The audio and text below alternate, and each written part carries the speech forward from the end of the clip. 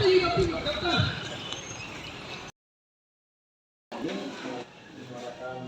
aspirasi, merupakan hak warga negara untuk menyampaikan aspirasi. Kami terima itu dengan baik dan terima kasih juga ada dukungan moral buat Polda. Kita memang bersemangat untuk menjalankan tugas apa adanya sesuai dengan aturan itu. Dan terima kasih juga teman-teman sudah bisa tertib, tidak mengganggu ketertiban umum dalam melaksanakan orasi. Ini yang kami ucapkan terima kasih dan sangat menghargai teman-teman dari aliansi. Karena itu kami menerima audiens mungkin apa yang ingin disampaikan pada rekan-rekan untuk kami tampung dan kami laporkan ke pimpinan Polda. Oke Pak, terima kasih. Selamat siang teman-teman semuanya. Hari ini Bapak mungkin hari ini kami dari Aliansi di Kemanusiaan. Ini kami dari Jepang, ada Garda Mora, kemudian dari Ikatan Perlindungan Rosa, kemudian ada teman-teman pencari keadilan dan lain, ada keluarga korban Asep Manape dan Lail Makabe, juga teman-teman OKP dari mana ini dari Pemuda Katolik, kemudian ada siapa lagi yang kita belum sebut, Pemuda Kanaan, kemudian siapa? Oke. Jadi kami semua ini tergabung dalam aliansi Pak. Kemudian hari ini memang tujuan kami datangnya untuk mendukung Polda NTT melakukan pembicaraan terhadap Ibda Rudy Soik. Karena kami sudah mendengar banyak tentang Rudy Soik bahwa dia ini jago main framing di media sosial untuk membenarkan apa yang sudah dia lakukan. Hari ini kami dukung Pak, gitu, karena dalam beberapa temuan-temuan kami, tadi kami juga masih telepon-teleponan dengan salah satu korban yang dianiaya oleh Ibda Rudy Soik ketika dia menyelidiki sebuah kasus, begitu. Jadi tadi kita sudah testimoni dengan teman yang dari sana, kemudian kita sudah rekam juga apa yang dia katakan tentang Rudy Soik.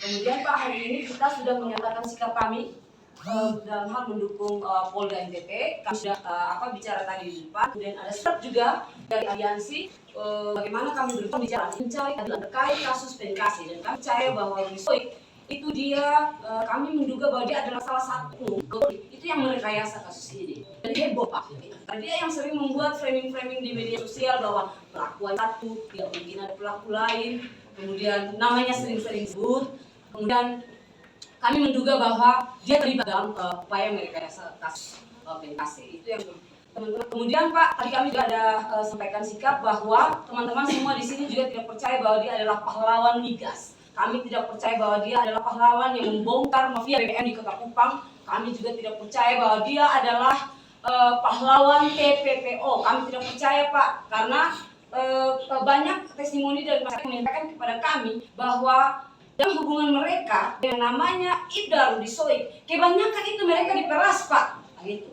Jadi kami hari ini kalau misalnya ada upaya banding dari Bapak dari anggota Bapak Ibda Rudy Soik, mohon untuk nanti dipelajari bandingnya. Kalau kami semua di sini nyatakan untuk tolak saja bandingnya Pak, begitu. Kami yakin bahwa tindakan yang dilakukan oleh Polda NTT terhadap anggotanya itu sudah prosedural. Kami percaya itu Pak. Terima kasih Pak, karena 3 tahun perjalanan kami mencari keadilan dan kami sering menyebut nama dengan inisial RS. Hari ini kami mendengar bahwa dia dipecat. Kami terima kasih Pak. Mungkin ada teman-teman yang lain yang mau sampaikan? Ya, ingin katakan terima kasih kepada Bapak Humas dan Bapak Propam dan kami telah menerima kami perwakilan daripada aliansi. Terus saya bertanya kembali terkait dengan status Rudy Soik yang menyandangkan dirinya di media sosial sebagai seorang pahlawan migas dan seorang pahlawan PPPO. Itu adalah pembohongan publik. Pembohongan publik di mana Rudy Soik sengaja framing-framing itu untuk agar diri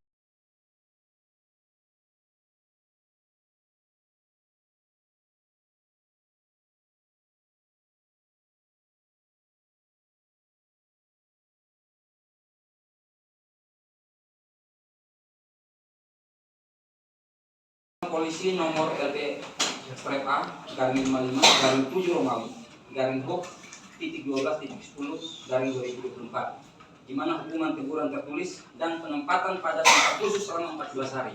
Yang ini saya pertanyakan Bapak, keputusan ini kan sudah inkrah, apakah keputusan ini sudah dijalankan? Kami mohon jawaban dari Bapak. Bila mana keputusan ini belum dijalankan, kami minta segera keputusan ini wajib untuk dijalankan. kami berharap sekali. Karena seperti yang saya sudah sampaikan di depan bahwa bila mana keputusan ini tidak dilaksanakan oleh Polda NTT, maka kami dengan segala kerendahan hati memohon maaf terlebih dahulu, kami akan bermalam di Polda NTT. Saya akan bermalam di Polda NTT. Yang berikut, Bapak, kami juga meminta kepada Polda NTT.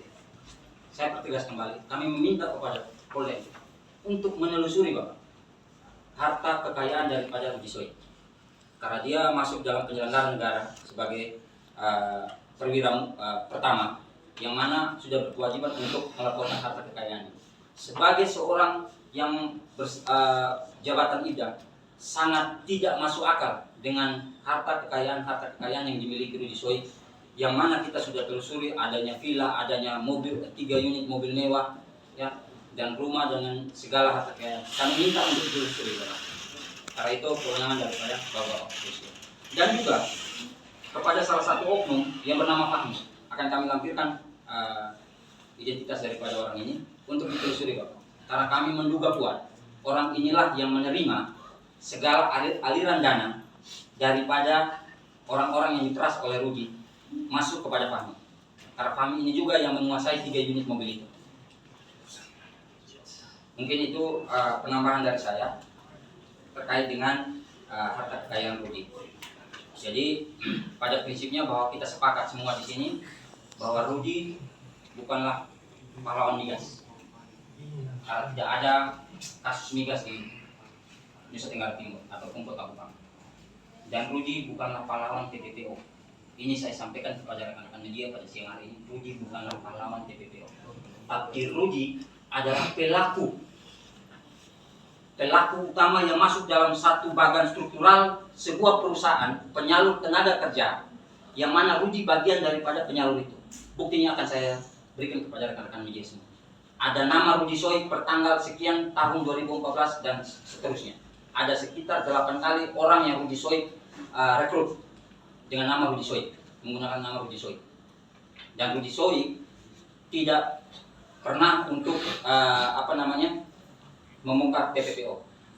Apa yang Rudi Soik lakukan hanyalah untuk mengkat salah satu perusahaan penyalur tenaga kerja, yang mana itu adalah saingan daripada perusahaan yang Rudi Soik kelola. Jadi perlu rekan-rekan media ketahui, Rudi Soik bukanlah pahlawan TPPO, tapi Rudi Soik adalah pelaku daripada perdagangan orang Indonesia. Dan ini harus ditelusuri oleh Polda NTT. Bukti-bukti yang kami miliki akan kami serahkan. Mungkin itu ya, silakan. Ya, terima kasih. Yang dengan tegas membersihkan oknum seperti RS ini dari tubuh Polri yang selalu berlindung di balik baju coklat. Kami apresiasi. Seorang RS ini pernah desersi, meninggalkan tugas. Dia kenal dengan yang namanya John Lim, cukong besar dari Malaysia, dan juga Mr. Albert. Info yang kami dapat pada saat itu, mendapatkan transfer dana dari John Lim, tetapi Rudi Soik berdalih bahwa itu bisnis ikan. Untuk supaya kasusnya ini tidak terdeteksi, beliau melakukan framing pada saat itu bahwa beliau sedang menangani TPPO. Sebagai dampaknya, saudara saya dari Flores, saudara saya bernama Patisangan, Ismail Patisangan, diculik oleh saudara Rudi Soik, dipaksa untuk mengaku bahwa dia merupakan bagian dari TPPO, perdagangan orang. Karena saudara saya ini tidak tahu apa-apa, dia dari perusahaan yang legal, maka dia dipukul sampai babak belur, hampir dibunuh menurut keterangan dia. Dan akhirnya dilepas oleh Rudi Soik juga karena memang tidak terbukti. Kami pada saat itu akhirnya berdemo di Polda NTT, dan akhirnya Rudi Soik 1x24 jam ditahan. Tetapi dia melakukan framing bahwa penanganan itu akibat dari proses yang dia lakukan. Dia dikriminalisasi oleh orang yang dari Polda NTT yang membackup TPPO, sehingga akhirnya dia pada saat itu dilepas. Kami merasa dia kuat sekali.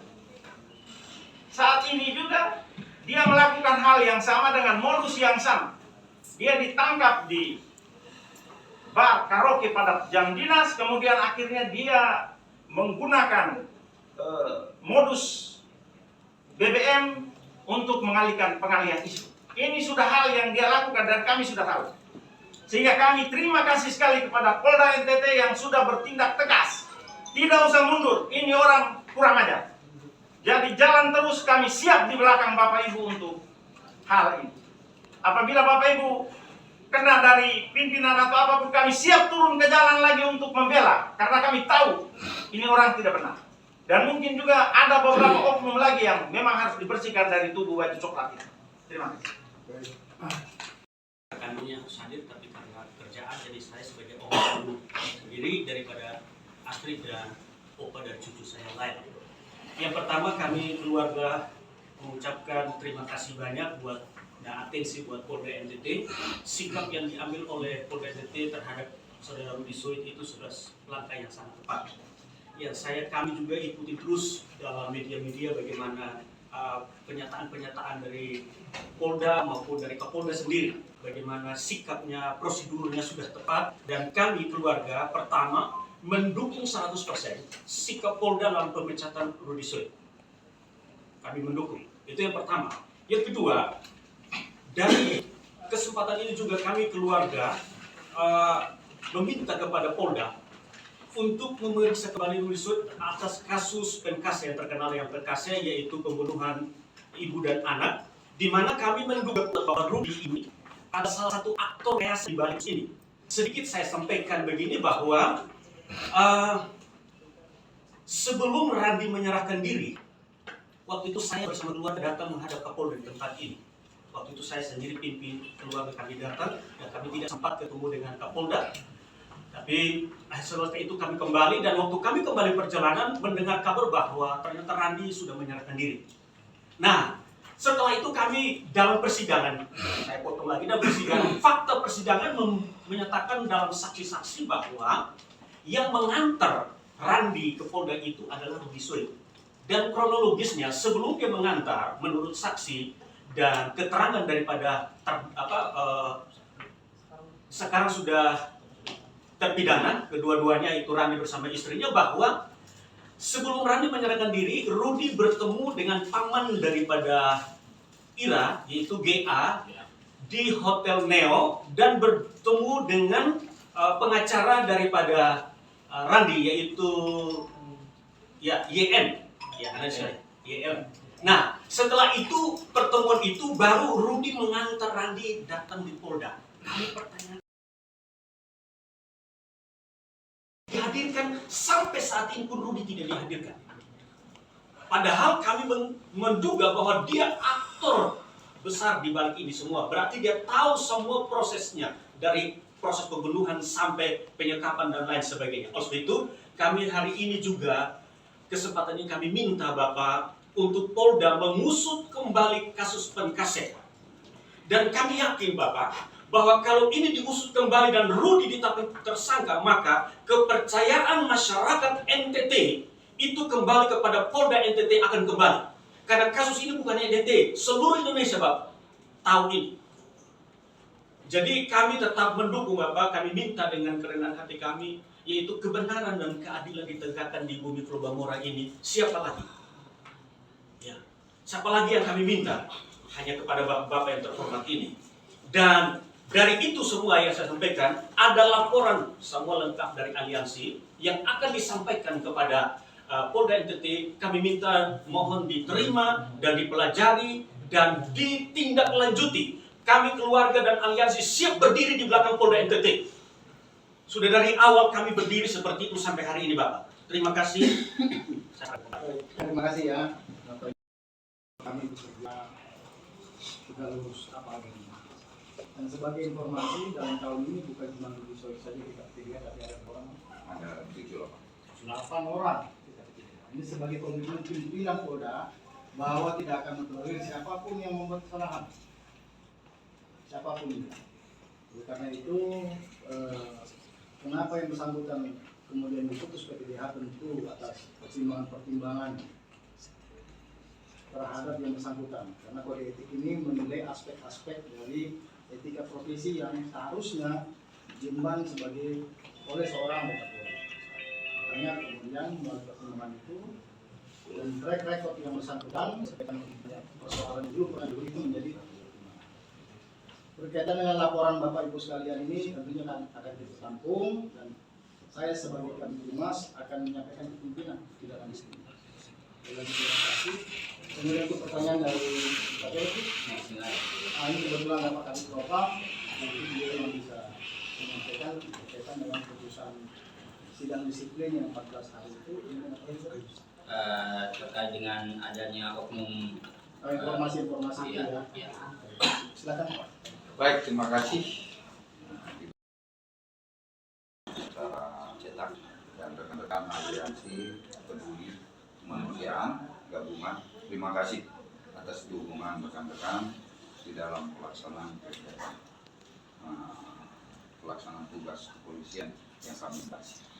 Terus terang, kami adalah penegak ataupun dalam hal penilaian daripada personil yang ada bermasalah di Polda NTB. Terkait masalah penyampaian 14 hari ini kami sudah ajukan dan mungkin dalam waktu dekat kami akan tindak lanjuti. Terima kasih. Hari ini atau besok kami akan tindak lanjuti. Terima kasih. Terima kasih. Ini komitmen kami terkait masalah ini. Terus yang kedua terkait masalah bahwa dia adalah mafia, mengungkap mafia BBM. Saya jelaskan kembali lagi kepada media bahwa tanggal 25 Juni itu dia tertangkap OTT. Yang pada saat itu tidak ada kelengkapan surat administrasi apapun. Tapi di dalam pemeriksaan Paminal kita bahwa dia mengakui melakukan pengungkapan BBM. Apa menjadi alasan dia pengungkapan BBM?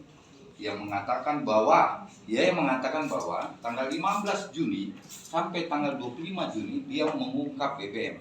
Padahal itu sebenarnya tidak ada. Ini faktanya bahwa Pertamina tidak pernah mengatakan bahwa kelangkaan BBM. Itu sudah kita rilis ya. Kemudian dari hasil pemeriksaan bahwa tidak ada sama sekali di tanggal 15 Juni sampai tanggal 25 Juni dia tidak ada mengungkap BBM, hanya mendapat laporan. Itu pun tanggal 25 ketika dia ter-OTT Paminal. Ya. Sehingga tanggal 25 keluarlah surat perintah yang dikeluarkan oleh Kapolres tanggal 25 sore setelah adanya OTT. Kemudian tanggal 27 ini dia ambil surat perintahnya dari Polres untuk mengolah atau seolah-olah dia melakukan penanganan BBM di tempat Ahmad. Jadi tanggal 27 ini dia ambil suratnya untuk melegal terhadap perbuatan yang dia lakukan di Ahmad.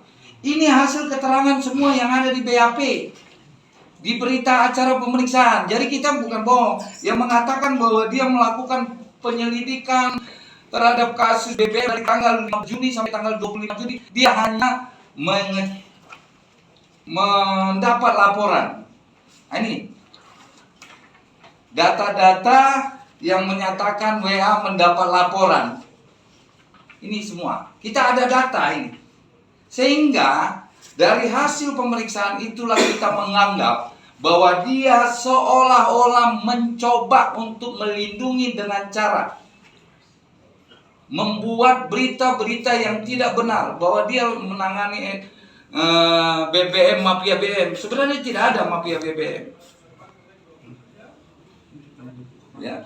Jadi tanggal 15, saya ulangi lagi, tanggal 15 Juni sampai tanggal 25 Juni dia tidak ada tindakan apapun, hanya mendapat laporan. Laporan itu dia pegang untuk dia jadikan bahan yang tanggal 26 Juni dia laporkan itu anggotanya sebagai korban. Ya. Sehingga kemudian tanggal 27 diambil dia surat perintahnya dari kantor untuk dia mencoba seolah-olah ini pun sebenarnya bukan surat perintah proses penyelidikan. Ini surat biasa. Surat perintah kepada seluruh anggota reserse di dalam melakukan proses tugas dia sebagai seorang reserse. Ini harus ditindaklanjuti apabila ada kasus penanganan apapun, harus ditindaklanjuti dengan surat perintah penyelidikan yang ada di dalam administrasi penyidikan reserse. Jadi ini bukan surat proses perintah penyidikan yang dia tunjuk-tunjuk di media, itu bukan surat perintah penyelidikan, tapi surat tugas. Ini sekali lagi saya sampaikan kepada masyarakat supaya masyarakat menilai bahwa itu hanya framing dia, asumsi dia untuk melindungi. Data ini sudah ada, ini datanya. Bahan inilah dia minta tanggal 25, tanggal 26 subuh dia pegang ini, dia print. Itu yang selalu dia bawa berkas-berkas perkara yang dia selalu dalam jumpa pers, itu kasus-kasus yang dia belum pernah di Polresta. Itu kasus-kasus lama. Itu kita sudah konfirmasi dengan Kapolres yang terdahulu. Dari data-data itulah kami menganggap bahwa kehormatan perilaku yang bersangkutan sudah tidak layak lagi untuk menjadi seorang anggota Polri. Ditambah lagi apa yang mungkin penilaian dari gabungan aliansi bahwa ini adalah perlakuan yang metode ataupun cara dia untuk itu sudah kita hafal, sudah kita kuasai, sudah kita miliki data-data itu. Sehingga mengatakan bahwa dia adalah mafia BBM tidak ada. Mengungkap mafia BBM itu tidak ada sama sekali. Ya. Jadi ini kepada rekan-rekan, kepada media, ini penjelasan ya. Dia hanya meminta data, dia simpan, kemudian dia jadikan framing untuk seolah-olah dia mengungkap mafia BBM.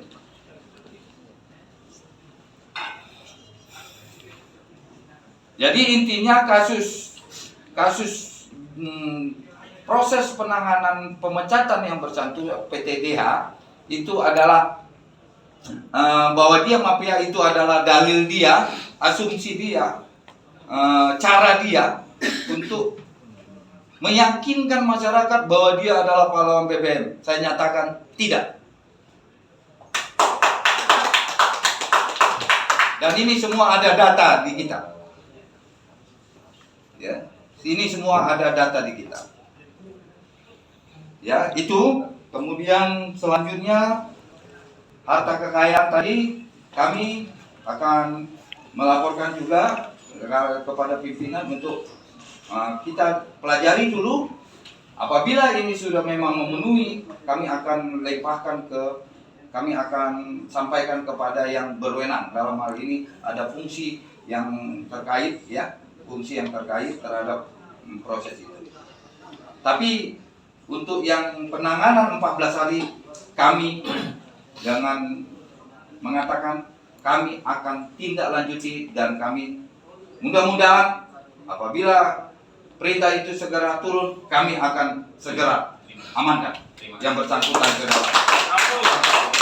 Itu saja dari kami, terima kasih.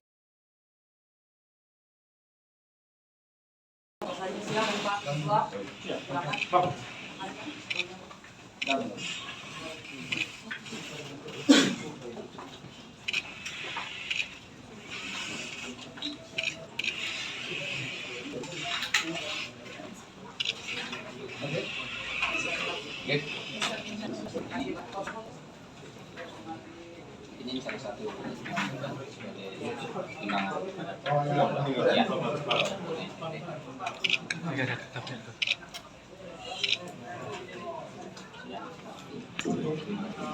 Terima kasih ya. Terima Terima kasih. kasih ya. Terima kasih. Bapak, terima kasih.